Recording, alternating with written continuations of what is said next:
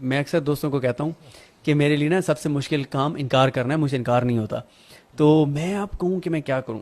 اچھا میں آپ خود سے نا اندر ہی اندر بات کر رہا ہوں, میں خود سے کہہ رہا ہوں اچھا میں ایسے کرتا ہوں, انکار مجھے ہو نہیں رہا ایک بندے کے, میں گھر آیا بیٹھا ہوں, ایک تعلق بھی اس طرح کا ہے, میں ایسے کرتا ہوں میں یہ پیسے لے لیتا ہوں اور میں جا کے نا کسی نہیں میں کسی نا ویلفیئر آرگنائزیشن کو دے کے اور رسید اپنے پاس رکھ لوں گا. کل کو بات ہوگی نا تو میں کہوں گا دیکھو انہوں نے مجھے. جی تو جناب آپ نے سنا کہ یہ شخص اپنے منہ سے مان رہا ہے کہ میرے سامنے جنرل فیض حمید نے جو ہے وہ ٹرے کے اندر پیسے رکھ کے میرے منہ کے آگے کیے.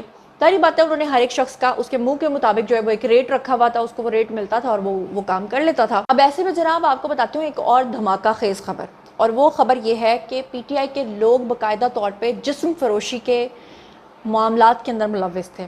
آپ کو پتہ ہے کہ ابھی کچھ ہی عرصہ پہلے جو خلیل الرحمان قمر کے ساتھ واقعہ پیش آیا, اس کے بارے میں کچھ صحافیوں نے جو کہ خود یوتھیاز سے بات کرتے ہوئے کہا کہ گلبرگ کے اندر کچھ اس طرح کے ہوٹلز ہیں جہاں پر جسم فروشی کا کام ہوتا ہے. لیکن میں آج آپ کو بتاتی ہوں کہ اصل خبر کیا ہے. انہوں نے یہ نہیں بتایا تھا کہ وہ جو جسم فروشی کے اڈے کھلے ہوئے ہیں, وہ جو ہوٹلز کھلے ہوئے ہیں, ان کے جو آنر ہیں وہ کون ہیں, وہ پی ٹی آئی کے لوگ ہیں, وہ پی ٹی آئی کے رہنما ہیں. اب یہ پی ٹی آئی کے لوگ جو ہیں وہ کس طرح سے جسم فروشی میں ملوث ہیں. آپ کو بتاتی ہوں کہ لاہور گلبرگ کا ایریا جو ہے آپ کو پتہ ہے کہ کتنا پوش ایریا ہے, کوئی چڑیا بھی وہاں پہ پر نہیں مار سکتی. لیکن لاہور گلبرگ کے علاقے میں ہوٹل کے اوپر جب چھاپا مارا گیا تو وہاں پہ پی ٹی آئی کے کئی مرد اور خواتین جو ہیں وہ گرفتار ان کو کر لیا گیا, جو اس وقت جو ہے وہ عجیب و غریب غلیظ حرکات کرتے ہوئے پکڑے گئے. اور یہ ہوٹل جو ہے پی ٹی آئی کے رہنما وسیم گلزار کی ملکیت نکلا. اب مجھے پتہ ہے کہ آپ لوگ مجھے کہیں گے کہ نہیں زنیرہ تو بغض میں بات کر رہی ہے, زنیرہ تو جھوٹ بول رہی ہے. میں آپ کو بتاؤں یہ خبر مین اسٹریم میڈیا پر بھی آ چکی ہے, نہیں یقین آتا ہیو اے لک. ہوٹل پر چھاپا مارا گیا ہے, نازیبا حرکات میں ملوث مرد اور خواتین گرفتار کیے گئے ہیں. پولیس نے ایف آئی آر درج کر لی ہے, ہوٹل کو سیل کر دیا گیا ہے. اور یہ بھی آپ کو بتائیں کہ یہ ہوٹل پی ٹی آئی رہنما وسیم گلزار کی ملکیت ہے. اہم خبر ہے یہ لاہور کا معروف علاقہ ہے گلبرگ, جہاں پر ایک ہوٹل ہے جس پر چھاپا مارا گیا ہے. یہ تو آپ نے خبر سن لی, اب آپ کو یقین بھی آ گیا, آپ کو پتہ بھی چل گیا کہ جو میں نے بتایا یہ جو دھرنوں کے اندر لوگ جاتے تھے نا ریاست مدینہ بنانے کے لیے, گھر سے تو ظاہر بتا بہانہ کر کے یہی جانا نا کہ میں ریاست مدینہ بنانے جا رہی ہوں. یہ آپ کو پتہ ہے کہ پاپولیرٹی عمران خان کی جماعتوں کی کیوں ہے. آپ کو یاد ہے پہلی بار جب انہوں نے وہ جو لمبے دھرنے دیے تھے تو کتنے لوگوں کی طلاقیں ہو گئی تھیں اسی بات پہ کہ کئی خواتین جب دھرنوں سے واپس لوٹی تھی تو کئی ساری امید سے تھیں. معذرت کے ساتھ مجھے یہ ورڈ بولنا پڑا ہے, میں تو خود ایک لڑکی ہوں, لیکن آپ یہ اندازہ کیجئے کہ ان کے دھرنوں کے اندر خواتین کو اسپیشلی لایا جاتا ہے. اگر کوئی شریف عورت نہ آئے تو باقاعدہ طور پہ وہاں سے لایا جاتا ہے تاکہ تب سب کی انٹرٹینمنٹ کا سامان جو ہے وہ مہیا رہے.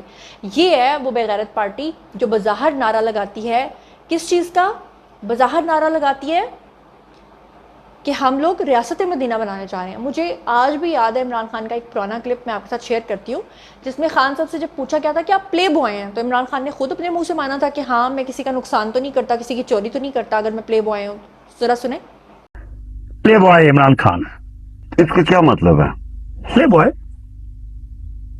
کیا کرکٹر عمران خان؟ یہ کیا 30 سال سے پبلک مجھے جانتی ہے, زیادہ بھی جانتی ہوں. کہیں میں نے کہا ہے کہ میں کوئی فرشتوں والی زندگی گزارتا تھا؟ میں نے کبھی نہیں کہا. میں نے کبھی منافقت تو نہیں کی کہ یہ کہا کہ میں کوئی بڑا پاک شاک آدمی تھا. لیکن ایشو یہ ہے کہ میری جو بھی کمزوریاں ہوں گی ذاتی, اس نے کوئی پبلک کو تو نہیں ہارم کیا. میں نے کوئی تو لوگوں کا خون تو نہیں کیا, میں نے کوئی لوگوں سے پیسے تو نہیں, ڈاکے تو نہیں مارے, چوری تو نہیں کی.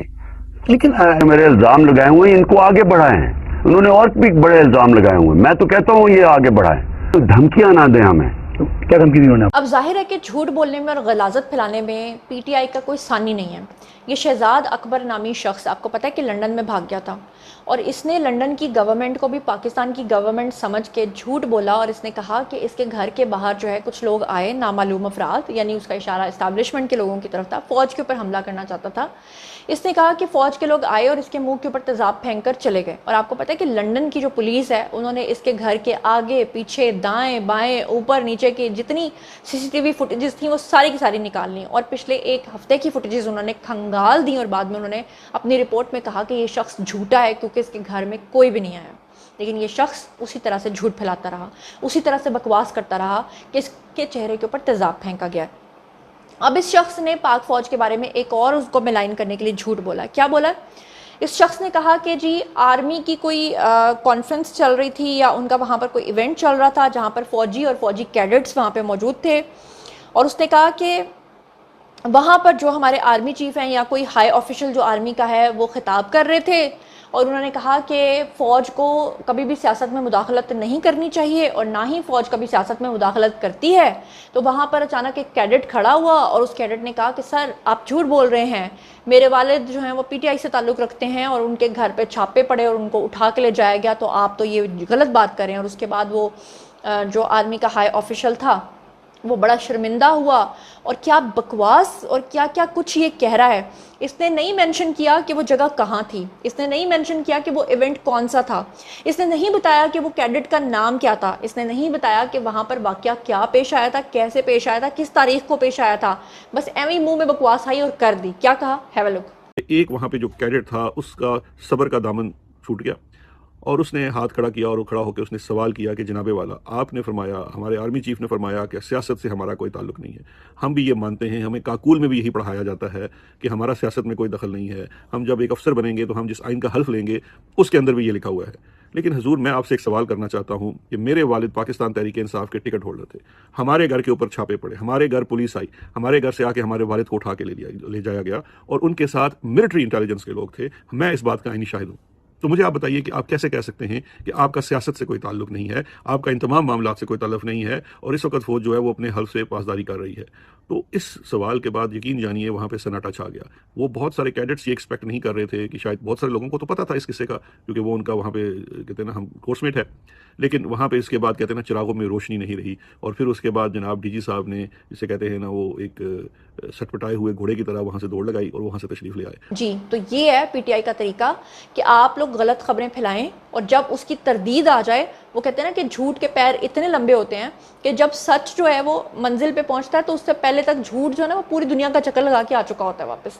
اصل میں ان کا کام یہ ہے, بالکل ویسے ہی جیسے پرویز خٹک کہا کرتے تھے کہ عمران خان نے ہمیں انسٹرکشنز دی ہوئی تھی کہ آپ اتنا جھوٹ بولو اور جھوٹ کو اتنا ہیمر کرو, اتنا ہتھوڑا مارو جھوٹ بول بول کے کہ وہ لوگوں کے ذہنوں کا حصہ بن جائے. اب آپ کو پتا ہے کہ 14 اگست تو آنے والی ہے, لیکن اس 14 اگست کے چکر میں جو پاکستان نے ایک بڑا سرپرائز تیار کیا ہے وہ ہمارے پاکستان کی قسمت بدلنے جا رہا ہے. وہ کیسے؟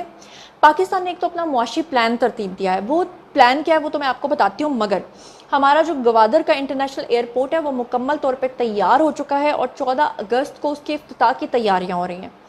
مکمل طور پہ ملک کے اندرونی اور بیرونی دشمن جو ہیں وہ اس وقت یکجا ہو گئے ہیں کیونکہ وہ نہیں چاہتے کہ پاکستان کے اندر سی پیک اپنا کام کرے, وہ نہیں چاہتے کہ پاکستان کے اندر جو انٹرنیشنل ایئرپورٹس ہیں وہ کام کرے تاکہ پاکستان جو ہے دوبارہ معیشت کی ڈگر کے اوپر جو ہے وہ آگے بڑھ سکے. اور آپ یہ دیکھیں کہ گوادر انٹرنیشنل ایئرپورٹ سے پاکستان کو سالانہ $500 ملین سے زائد کی آمدن ہونے والی ہے. الحمدللہ انشاءاللہ آنے والے دنوں میں پاکستان جو ہے نا آپ دیکھیں گے ایک دن سپر پاور بنے گا. مگر یہ لوگ جو ہیں عمران خان جیسے لوگ, یہ اب جب اقتدار میں آتے ہیں تو امریکہ جیسے ملکوں کے ساتھ وعدے کر کے آتے ہیں نا کہ سر آپ مجھے آگے لے آئیں تو میں سی پیک بند کرا دوں گا. اسی لیے تو امریکہ آج کل ان کو سپورٹ کر رہا ہے کیونکہ نون لیگ تو یہ سب کچھ نہیں کر سکتی, نہ دوسری پارٹی یہ کر سکتی ہے, نہ اسٹیبلشمنٹ کے اینٹی جا سکتی ہے جتنا عمران خان گیا. اسی لیے امریکہ کو لگا کہ جناب یہ بہتر ہے, بے شک ہمیں گالیاں بظاہر دیتا ہے لیکن اندر سے یہ بندہ ہمارا ہے. اوپر سے عمران خان نے دھمکی دے دی ہے کہ لاوا پک چکا ہے, تیلی لگنے کی دیر ہے. کس کو کہہ رہے ہیں عمران خان؟